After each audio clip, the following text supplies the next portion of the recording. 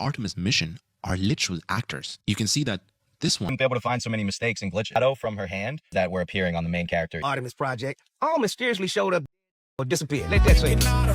Look closer. What's up, YouTube? Today, we'll be looking at disturbing TikToks that'll make you question reality. So without further ado, welcome to Adam Strain Reacts. Let's get her done. I like how she has her hair up and in a braid on the way to the launch pad. Then the second they get into space, she takes her hair out like this. When a braid would really be the most sufficient way to have your hair in space. And that doesn't even look like the same person, by the way. Any female that's ever allegedly been in space, they have never tied their hair up. I wonder why that is. It's because that's the easiest way to sell you on the fact that there's no gravity. It doesn't make sense. Your hair would be tied up. And what the hell is all that? Are you kidding? The state of this would not even be acceptable for your average residential electrician.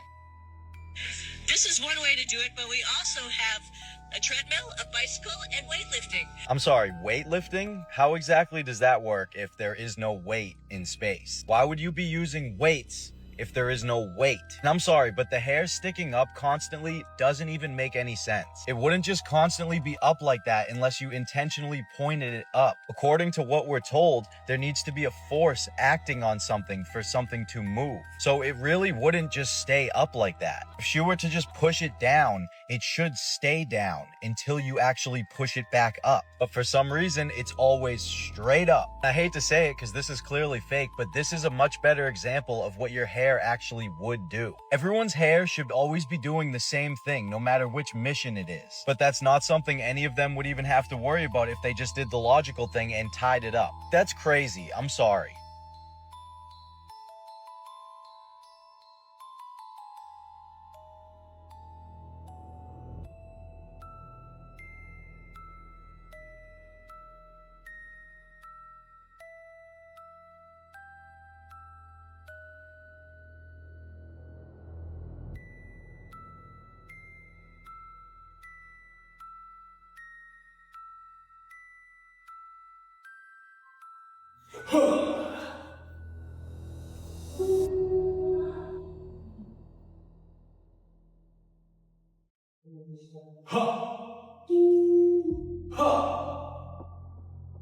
For America and a waiting world, integrity is 5. What is that? The end of a paper towel tube? They're like looking out the end of a paper towel and turning the light on and off.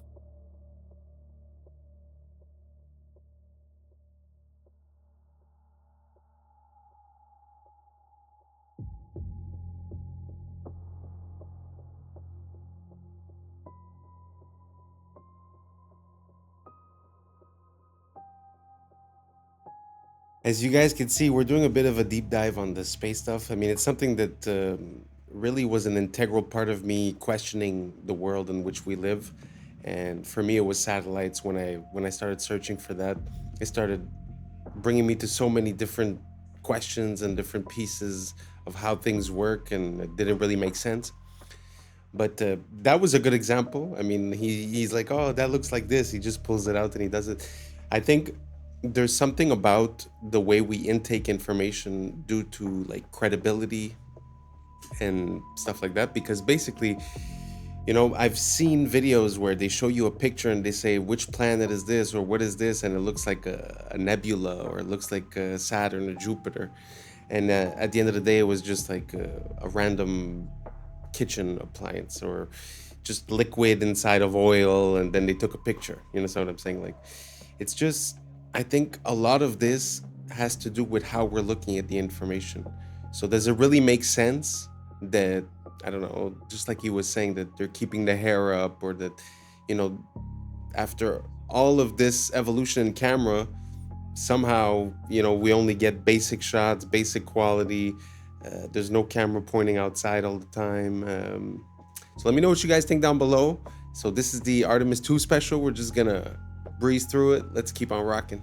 Fast are you going your top speed? It's interesting measuring speed in space. So, you know, we use like air density and, you know, to determine Mach. So when we enter the atmosphere, we'll be going about Mach 25, 26, or 25,000 miles per hour. 7 miles a second.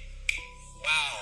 He said entering the atmosphere at 25,000 miles per hour, 7 miles a second. So what they tell us is that the atmosphere starts about 62 miles up, what they call the Kármán line. You understand too that they tell us asteroids that we can view from Earth also move at about 25,000 miles per hour. So this tiny little pod about 6 feet across enters the atmosphere only 62 miles up, moving the same speed as an asteroid, which by the way is the same speed as escape velocity, which is required to leave the atmosphere. So if they were coming in at that speed, only 62 miles up, they would hit the ground in about 8 seconds. Oh, but I forgot they had parachutes, because you'd be able to stop an asteroid with a couple of parachutes, right? Oh, and I also forgot you can film something 60 miles away that's going 25,000. I keep seeing people say, oh, well, the air actually slows them down to about 300 miles per hour. Okay, so even if we went with that dumbass logic, 25,000 miles per hour to 300 miles an hour in just a couple of seconds. Remember, it would have to happen in just a couple of seconds because you only even have 8 seconds before you're at the ground. So basically an e-brake from 25,000 with humans inside. That would be even more extreme than going 500 miles an hour directly into a brick wall. This is about 5,000 miles per hour. Think about 5 times faster than that. 7 miles a second.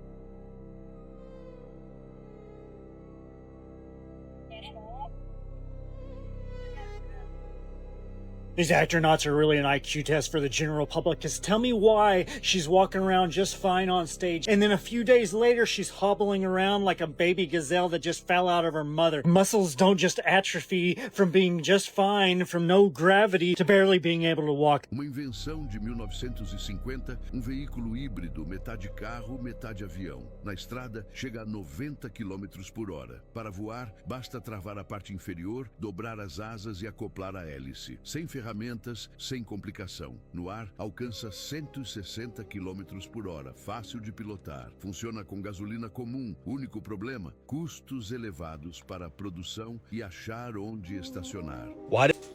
It's the first time I see that contraption, a car plane.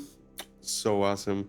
I don't know what language it was. I think it was Portuguese, but they were saying that it runs on car fuel. It's normal. The only problem is that it costed expensive to build. But imagine that you just take off a piece and then you could drive, and then put on another piece, you could fly. That's awesome. If you guys have any more of those, send them over. I like seeing variations of the car that never got to see the light of day, because it helps us see what the process is behind the scenes about what product is allowed to reach us and what is not, and why. Very interesting. Anyways, let's keep on rocking. Did they have such a clean shave the entire trip? Like, I shaved, I think, 2 days ago. This was the Artemis crew on the way to the launch pad. This was them on day 8 after circling the moon and returning home. Look at their faces. Not once did they even have a 5 o'clock shadow. They had the cleanest shave I've ever seen in my life every single day. And okay, maybe they just shaved in space every single day, twice a day. Is it even safe to shave in space? Never mind have your hair flying all over the place? Loose hair is not safe in a spaceship. It is considered a hazard and is actively managed, not allowed to float freely. Stray hairs can be trapped in sensitive equipment, clog critical air filters, or be inhaled or get into astronauts' eyes. Astronauts typically keep hair short or tied back.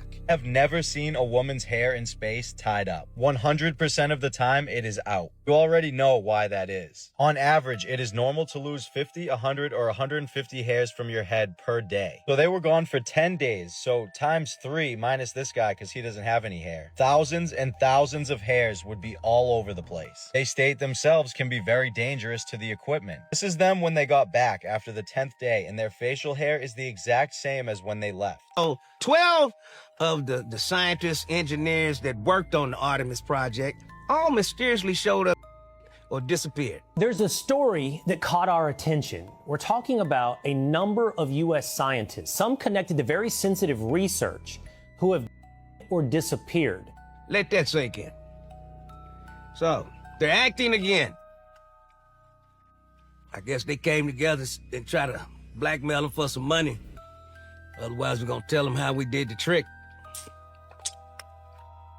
And now they tricked them, and they did. If you in on the motherfucking hustle, stay in on the hustle. I guess the more to that story is, don't jump ship too late, because the hustle gonna continue.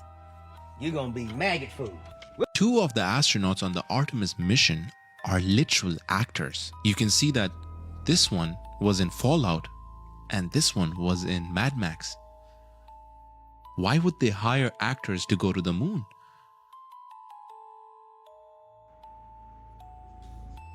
Isn't that concerning? I mean, it's a small detail. Don't get me wrong. It's not like it blows the lid off of everything. But what are the chances? And if you look at the girl astronaut, I don't remember her name, but if you look into her curriculum, like, she's been busy. Since 2003, she's been working at NASA, doing all kinds of stuff. So when is it that she becomes an actress? You know, and how come? I don't know. You guys tell me, does it mean something? Does it not mean something? Let me know down below. Maybe I'm missing something. Let's keep on rocking.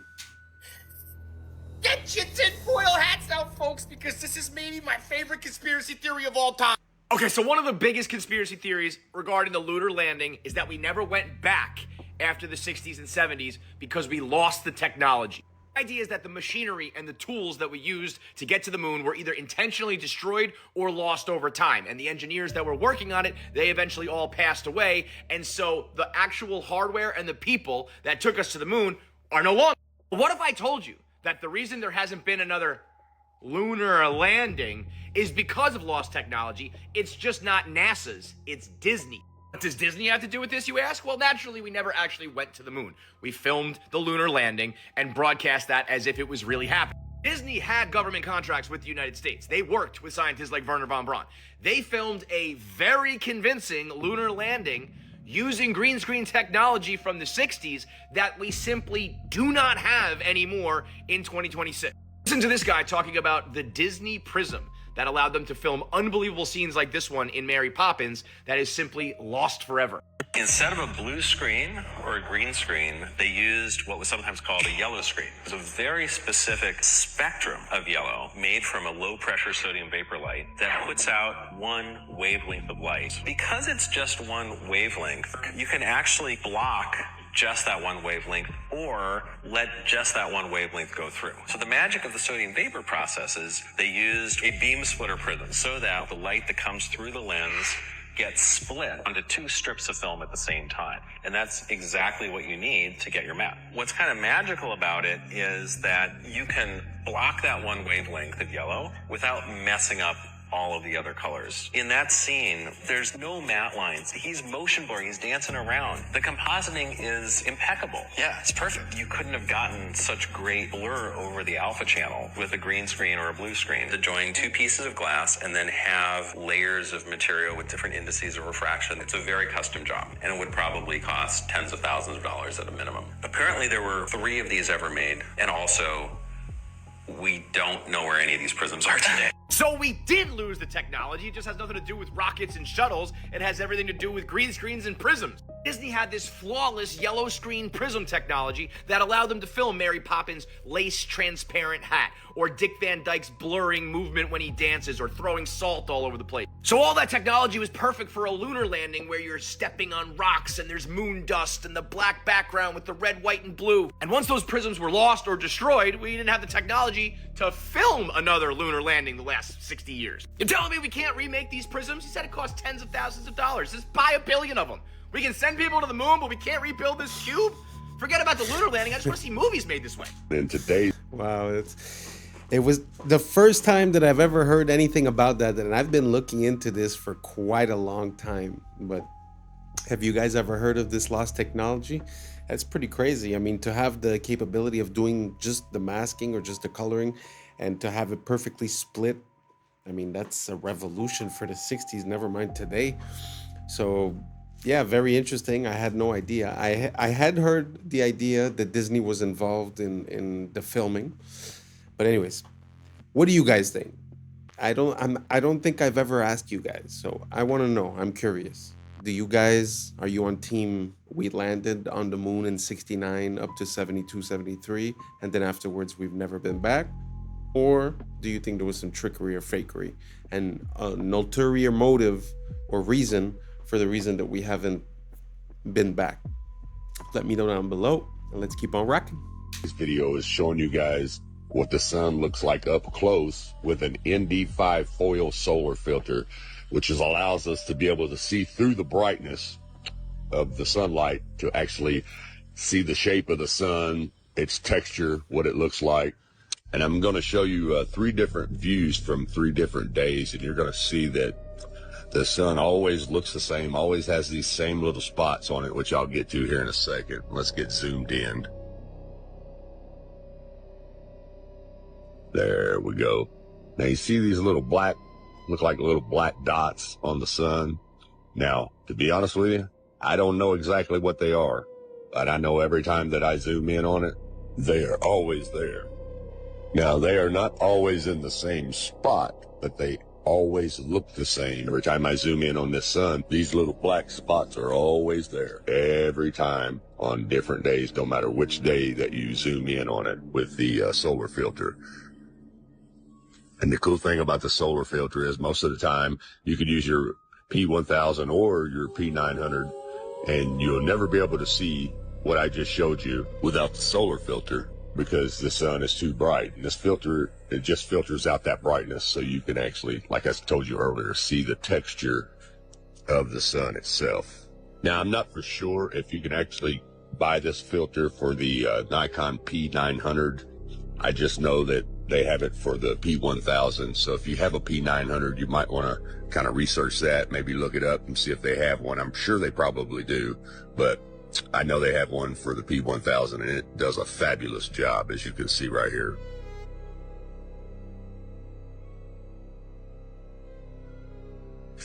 Now you're getting ready to see those little black holes, those little black dots again, just as I showed you on the first day.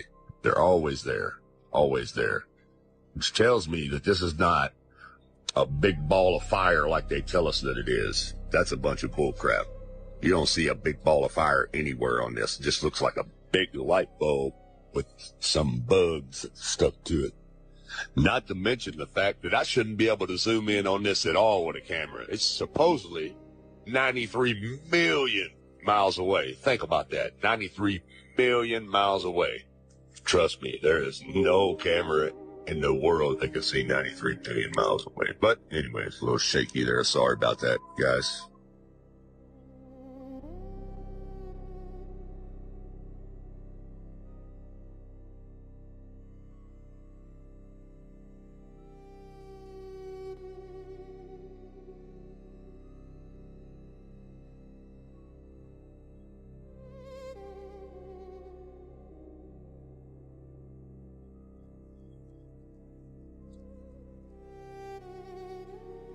Okay, now this is a total different day here.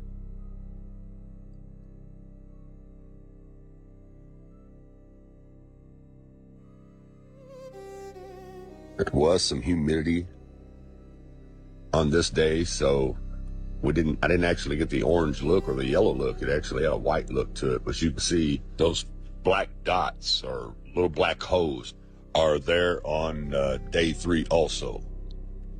Well, you see the atmospheric reaction kind of blurring there over them, but they're definitely there. I don't know what that is, but it's something.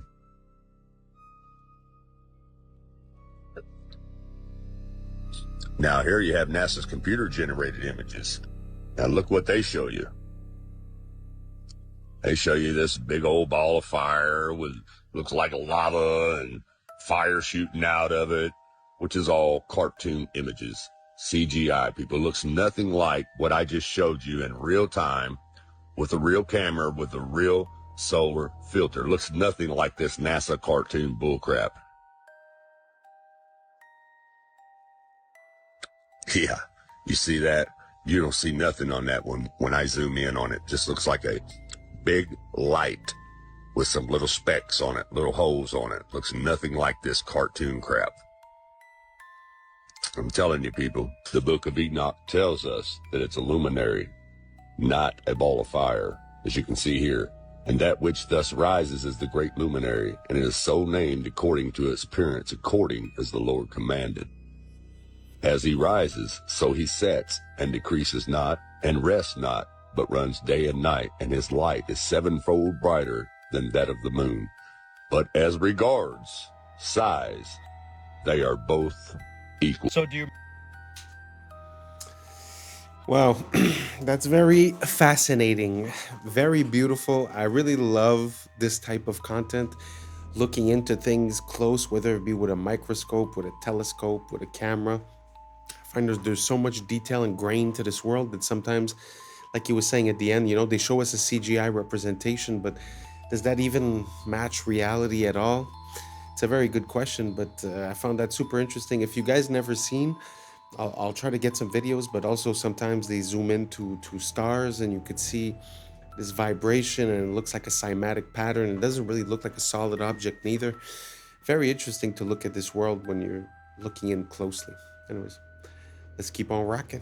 Remember this guy right here? Of course you do. He was the main character in the newest space movie. But I just want to take a second to look at the stars on this thing. And why is he still carrying it? See the stars? 1, 2, 3, 4, 5.5 stars. You see this little half star? So take a look at it right here after he spins it, which is all they actually did was play with a plush toy the entire time. You see how you can see the 5 stars, but where's the half a star? How come the half a star isn't there anymore? Watch it as it comes around. 5 stars. You clearly saw 5.5 stars. Where is that half a star? How come it's not there? But maybe if they didn't focus so much on spinning microphones and plush toys and actually showed us the moon, Earth, or what space looks like, then we wouldn't be able to find so many mistakes and glitches. Now, I just want to look at one more thing from our main character here. See right here how there's a shadow from her hand? Well, there should also be a shadow from the toy, but there isn't one. You see, she brings her hand back. There's the shadow. Takes it away. No shadow. So why isn't the toy giving off a shadow when her hand is in the same exact spot giving off a shadow? We don't even have to talk about the words that were appearing on the main character either. We've already talked about that. I mean, they were all interesting, but has anyone seen a debunking about the last one that he just showed? The one with the letters going through? Because if you think about it, it would make sense if they're using a blue screen and the little plush toy is blue. So let me know if that's been debunked, because that's a pretty good one. What do you guys think? You guys think it's what do they call it? Augmented reality, where they use 3D modeling in real time? Or do you guys think that it's just a mistake of lighting or in our mind? Or let me know what you think down below. Let's keep on rocking.